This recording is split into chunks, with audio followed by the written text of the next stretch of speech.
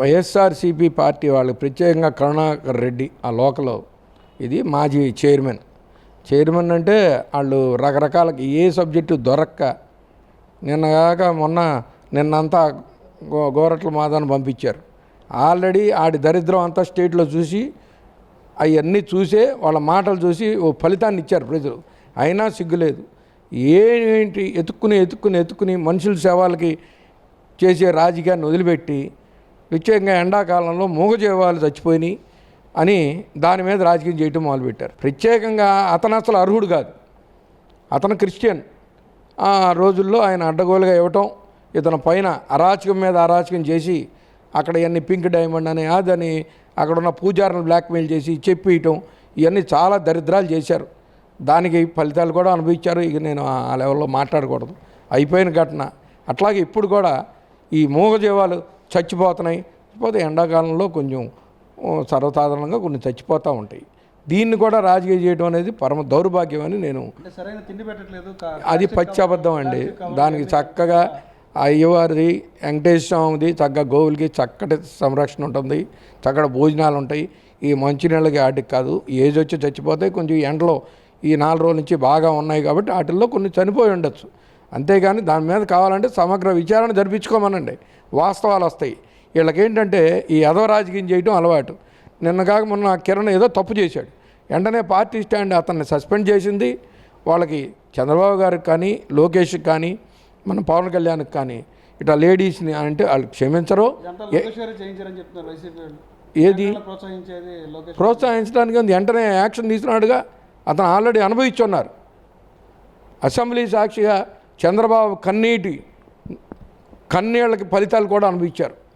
అటువంటి మేధావిని లేనిపోని మాటలు మాట్లాడి లేడీస్ని మీ గుడివాడ కానీ గన్నవరం చూసాం. వాళ్ళు ఒకడు ఏమైపోయారో కూడా తెలియకుండా ఏం లేదు, అమ్మవారే శిక్షిస్తుంది, దేవదేవుడు అమ్మవారు. సో ఏదో గొప్ప అనుకుంటున్నారు.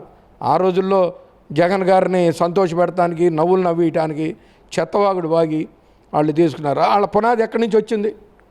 ఇదే టీడీపీ.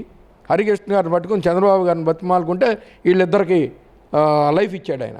మరి ఆయన్నే ఇంట్లోనే అంటానికి కూడా వాళ్ళు వెనకాల పడాల, అసలు వెరపలేదు వాళ్ళకి.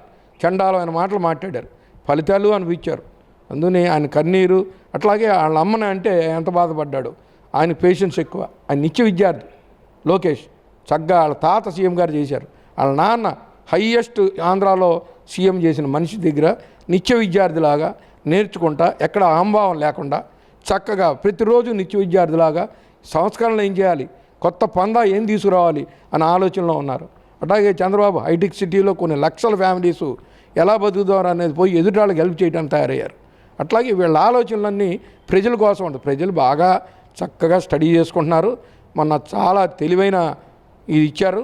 అందుకని ఈ ఫలితాలు వచ్చిన వెంటనే రోడ్లు వేశారు. మరి వాళ్ళు ఇన్ని సంవత్సరాలు రోడ్లు ఎందుకు వేయలేదని అడుగుతున్నా. వీళ్ళు ఇవన్నీ డైవర్షన్ పాలిటిక్స్లో ఆ గ్యాస్ చచ్చిపోయింది, ఈ ఆవు చచ్చిపోయింది, మంచినీళ్ళు పెట్టలేదు. నువ్వు ఇవ్వండి, వచ్చి మంచి సలహాలు ఇవ్వండి, అక్కడ చేయండి. చేయకపోతేగా 6 అన్నారు. తొందరలో వాళ్ళు ఒకరికే ఇచ్చారు చదువుకోవటానికి, ఇంట్లో ఉన్న వాళ్ళందరికీ ఇస్తా అన్నాడు. అట్లాగే రైతులకి అది సెంట్రల్ వీళ్ళకి కలిపి ఇచ్చేయడానికి రెడీగా ఉన్నారు.